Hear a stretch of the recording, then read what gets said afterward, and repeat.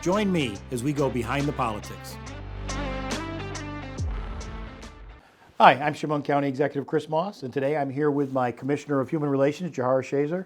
Welcome, Juhura. Thank you so much. You know, our Human Relations Commission had really gone dormant for maybe 4 or 5 years. When I took office in January of 2019, you know, one of our goals is we wanted to reestablish it. Unfortunately, COVID came along shortly after that, so we really didn't get a chance to. But when Governor Cuomo put out Executive Order 203, it was really a chance for community members to get together, even though it was Zoom and WebEx at that time. And Juhura took one of the, he was out in front helping organize it, helping us get this executive order done, because each county in New York State, each police department had to actually put in a plan to the state, and Juhura was instrumental in that. You know, and as I watched him and his relationships with not only the private sector, but the police departments throughout the community, I knew he was the individual I wanted to be the next commissioner. So after a little coaxing, he finally accepted, and we're very pleased that he did. And so now we're off and running with our new commission. Just 2 weeks ago, we had our Human Relations Breakfast, which was a big success. So I thought maybe we might talk a little bit about that. Matter of fact, you were probably the last time we had it, you were one of the recipients. Yes. So it is a breakfast that we do once a year.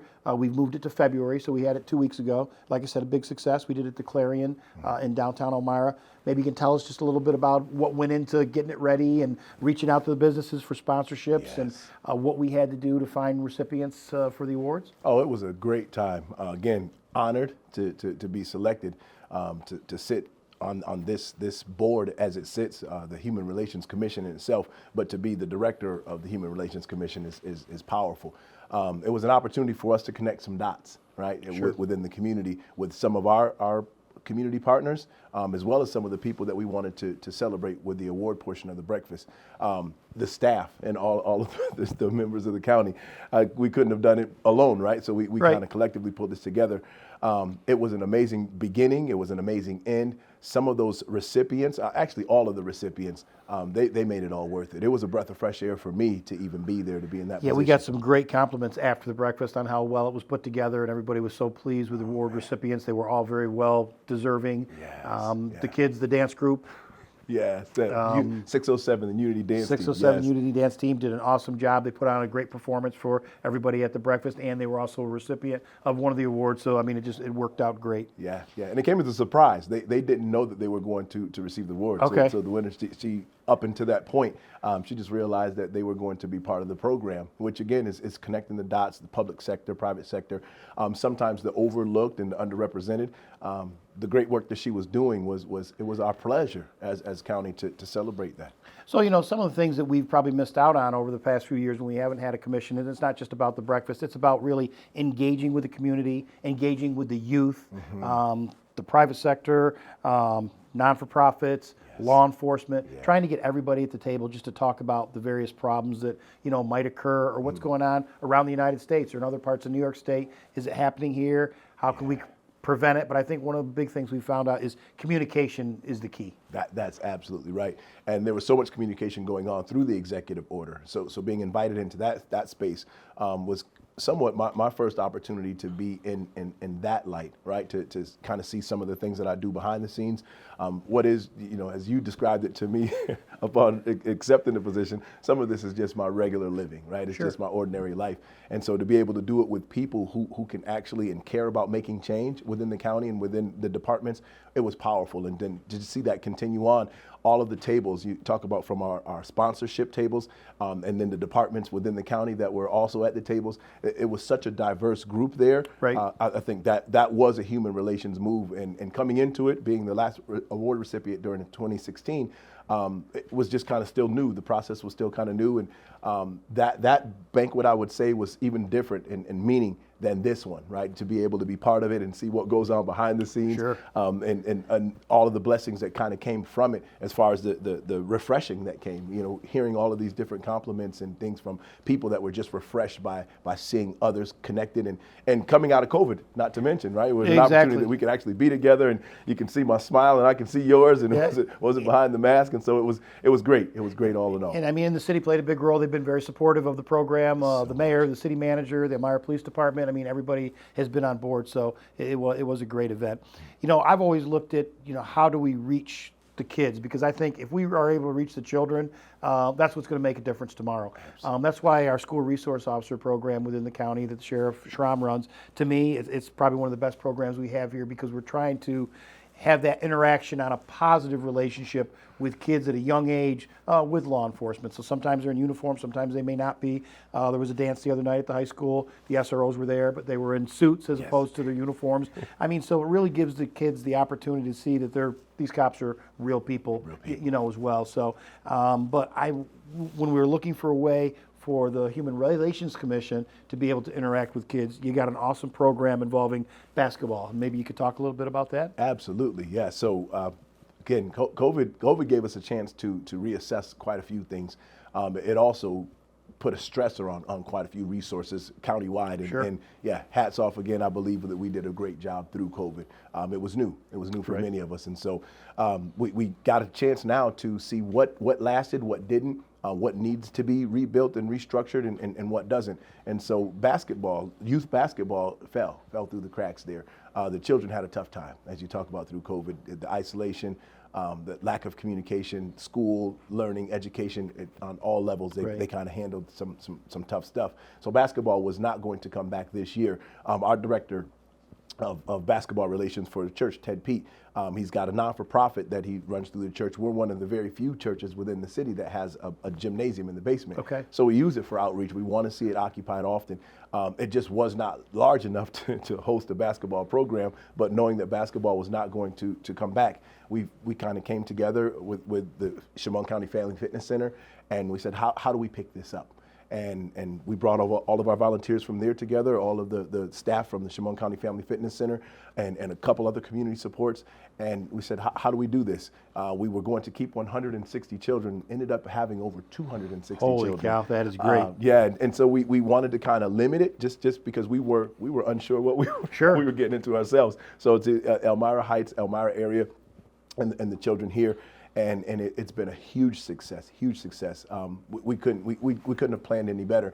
Actually, next year we're going to have to plan for a little bit more. It was an 8-week-long program, but it's been incredible to see so many people come back together, and no problems. I know there's been some, you know, there's an atmosphere that sometimes comes with youth sport. We see it online and social media, and we weren't going to have that. Or crazy parents. Yeah. That competition. You would think that everyone was vying for a scholarship of some sort. Yeah, right. So we didn't want that at all. We wanted it to be ran with grace, and just to have the children somewhere to go, an outlet. And it's been absolutely incredible. I mean, it seems like everybody is having a great time. And everybody seems to be there. We're seeing generations of families and coaches that have seen others, and community members. It's just been incredible. And I think that's what sets this commission apart from previous commissions. Not that one's good or bad, but you're looking at new ways to engage the public and find out what the problems are. Let's get the community together. Yes. I mean, the basketball looks like it's been a huge success. Some other events. Juneteenth will be coming up. I don't know. I'm sure you guys will have some type of plan for that. I know we're normally involved with EOP and their program. Absolutely. For Juneteenth. Anything else? Any other ideas that you might have? Let me run this by you. Obviously, a lot of violence in the city of Elmira. Yes. Unfortunately, we're seeing shootings, whether people are hit or not. But we see shots fired calls. Do you see a role for the commission to be able to play in that, with getting certain players or folks together where we could address some of those issues? Or absolutely. I think in times past we've had town halls, and that's community-wide, whether it was the faith sector or the county or the police department having them, and we would often have these town hall meetings after an occurrence, right? We would have them after a tragedy of some sort. And so temperatures are running high, and feelings and emotions are all over the place. We're looking for opportunities to have these discussions prior to, right? And so building community connections, and you said all of the key players, all of the major players to be at the table early to figure out how do we build relationships prior to these tragedies and prior to the trauma happening. There are a couple different initiatives that are going on. Domestic terrorism committee that we've got now that we're trying to identify possibilities and situations early. We've got other spaces where we're just trying to really build relationships in general. And so I see us playing a huge role in that, not as just a preventative measure, but just as a community building measure to say, I know what's going on in your sector, you know what's going on in mine. We can actually make phone calls and have dialogue before some of these things and spaces escalate. And it looks like Department of Mental Health, Social Services, law enforcement have all stepped up to the plate and want to be a part of the solution. Everyone. There's something special, and I say it every time I get an opportunity, that I'm happy to say that I live here, right, in this county and in this city. And that was before the executive orders. That was the main portion or the main draw for me when I was invited into there, is that I didn't have to manufacture any statements. I really am happy to be here. Right. I'm really glad that we were in pretty good relationship prior to the executive order. And that makes things just natural and genuine. And so I'm happy to be part of this county and happy to be able to connect dots here, right? Not knowing how long or what my role will always be, but I'm just happy to be here now to kind of bridge these gaps. And we're happy to have you. You've done a fantastic job. I can't say enough good things. I'm looking forward to some of the new initiatives we'll be looking at as we go down the road. So talking about basketball, I know that you were there with Kevin, who's our producer, last weekend and got some good shots. And so maybe we could take a look at some of the kids playing basketball and your interview with Mr. Pete. Oh, man, that sounds fantastic. All right. Yeah. So we've got some of our younger children here. This is the Pee Wee division that we're going to actually be taking a look at now. And I was excited as I was talking to your producer, Kevin Adams, that he was able to get one of those shots on the shot, right? Because that young age, it's just such genuine. Their hearts are so genuine in that space.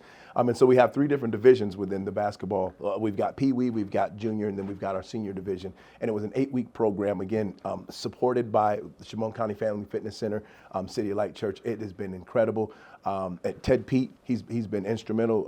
Our outreach pastor, Carnell Parks, it's just been an amazing way to connect the community and get everybody together, and we couldn't say more. We're actually looking forward to next season. We wrap up here the first weekend in March, and we look forward to seeing what next It looks like you had a great fan base. I saw moms, dads, grandparents, brothers, sisters. I mean, it looks like you had a good crowd as well. Yeah, we got councilmen, the mayor. I mean, you talk about Little League. These have always been amazing spaces for connection, and to see it go away and potentially not come back, we all decided that we had to do something about it, and I think we did the right thing.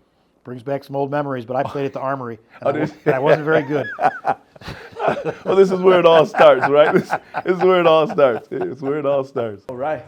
So I'm here today with Ted Pete, who's the Director of Basketball Operations for the City League, which is the resurgence of city basketball, Elmira basketball, recreational basketball in the city of Elmira. So, Ted, tell us a little bit about what's going on here and how excited you are here. I know we were excited to be part of the initiative. Yeah. The backing of Chemung County is part of this initiative, City of Light Church being part of this initiative.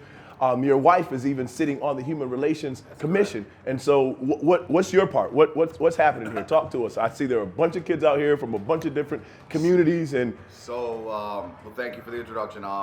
So I'd say back in late August, as football season was coming to an end, you transition from the fall into your winter league. And for the last 3 years, we haven't had any recreational basketball within Chemung County. 3 years. 3 years. This would have been the 3rd year. And, I'm heavily involved in the basketball community due to my, not-for-profit organization, the Hoop Group. And so I followed up with some of the community leaders at, SRA and Elmira Small Fry, and they weren't ready to bring it back yet. So I myself, the church, the county, everything, we decided, hey, we can't let basketball not happen this year. Yeah. So we decided to pick it up. We originally put a plan together. We're like, all right, we're going to open this to 180 kids. We can schedule it in this time frame, and then God took over. Okay. We ended up having 260 kids. We have 24 teams, 3 divisions, 8 teams per division.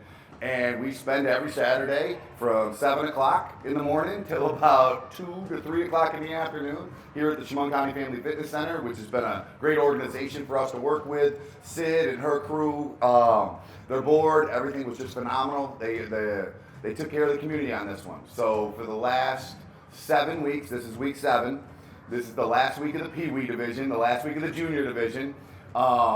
They conclude their season today, and then playoffs start next week for our senior division, our 4th through 6th graders. Nice. Followed by a championship game the following week, March 4th, and then the inaugural season of what we called and tagged the City League. City League. As your shirt says. Yeah, there it is. The City League. As you tag that, we That'll come to a conclusion, and we will have served over 260 kids. We hope to grow next year. That's we it. weren't actually. It was only open to Elmira City School District children and Elmira Heights Central School District children because we wanted to love on this community. Yeah. This community was in need of an outlet for the youth, and that is what we've provided.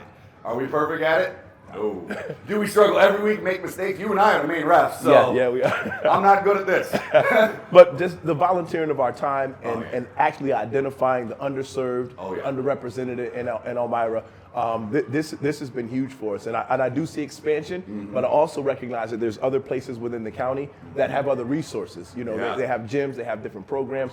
So we do hope to see it expand next year, right? But our target was to make sure the underserved, the underrepresented, we're kind of the focus of our point. And so even in just within the city of Elmira Heights in that area, 260 children, that's a lot of families, and we see so many of them That every was week. without any promotion. Any promotion, right? That was a Facebook post and word of mouth. Wow. We actually printed something like 1,600 flyers because that's how many kids are in the Elmira Central School District within the age demographic that we were going for. We printed them. We're ready to send them home in their Wednesday flyers, and we realized there's no way we can take. I can't tell all these parents no and these kids no. Right. So we went from 180. We pushed it to 260, and we didn't get to send flyers. That's incredible. So, yeah, it was and a every great week turnout. we make it work. I love to see the diversity here. Oh, one of the big things, the schools, the kids. Yeah, I don't want to miss that. We have we partnered with Ryan Johnson's Elmira varsity boys basketball team and Adon Allen's Elmira girls basketball team. Yes. And they provide our volunteer reffing with ourselves and some other volunteers every week. And this whole entire league is just kind of ran by volunteers from the community. Everybody's So we talk staff, about like yeah. human relations and building camaraderie and cohesion within the community. This has been amazing for us to see. Every week I come here, just volunteering, and it gives us life. We go home with sore knees, right? Sore knees, but a big smile. But a big smile, and to see all the different people from the community, all the generations that are represented. We've got grandparents that almost every week come and shake one of our hands and just say thank you for bringing this back. Yeah. We get to see our grandchildren play. We see younger children that we've coached or seen somewhere throughout the community.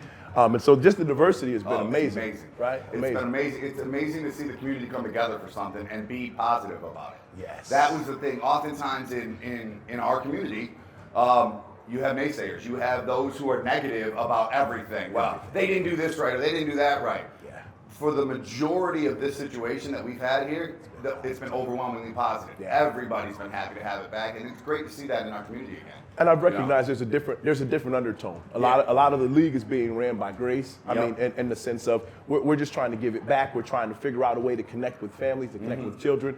You open up every one of our weekends saying, no one is going to make it to the league, not necessarily in your future, but from today, Yeah. right? And so keeping that as the undertone, it's allowed us to build great relationships. In the midst of us blowing whistles and missing calls, we're laughing with the people in the stands, and some of our old coaches. We've seen Mr. Whitford and Mr. people Ramsey. Mr. Ramsey that have been here, community pillars in the community, Yeah. to see them come back and actually give their support. Mayor Dan Mandel Danny was here last week, Yeah. and he spoke on behalf of what's going on here in the city. So to see those things and those connections, I think that this is human relations in a huge way. It's building relationships and creating pathways for relationships and people to come together and connect that may not necessarily have done so before. We've got kids from all over the place. I love it. I'll tell you one thing that you triggered a thought in my head on was we've had such a positive outpouring from the community, I believe, because we've led with asking for help instead of saying how it was going to happen. Hey, I need you to have some grace for me. We're figuring this out as we go. Hey, can you guys please if you see an issue, bring it to us. Help with it. Yeah. Hey, We'll help. We'll fine tune it. I found that hey, can you help me with this? Is much more than hey, I need you to do that. That's true. And it's been tremendous. So we're excited about it. It's been amazing. Yeah. And I'm excited to see next year. And I want to thank you for everything that's been taking place this year, Yeah. and all of the volunteers. Many hands all make light work. So Many true. hands make. I don't want to leave out. I mean, City of Light Church outreach pastor Carnell Parks has been tremendous. I'm a person who is a control freak because somebody very important to me taught me one time: make plans so you can only do it by yourself and don't have any help. And we were able to do this because we had the help, and Cardell was an instrumental part in that, and being able to not have to worry about pretty much 70% of stuff every Saturday was a huge blessing to me personally, which made this a lot easier. Wow. We're grateful for you and all of brother. it. All right. All right. I mean, just seeing those kids having fun playing basketball makes this whole program worth it to me. I mean, when you see something like that, it's awesome. Everybody having a good time. Well, we're out of time for this podcast. I want to thank you for taking the time to get this done for us. You're doing a great job. Keep up the good work, and congratulations on your position. Thank you so much. I'm excited.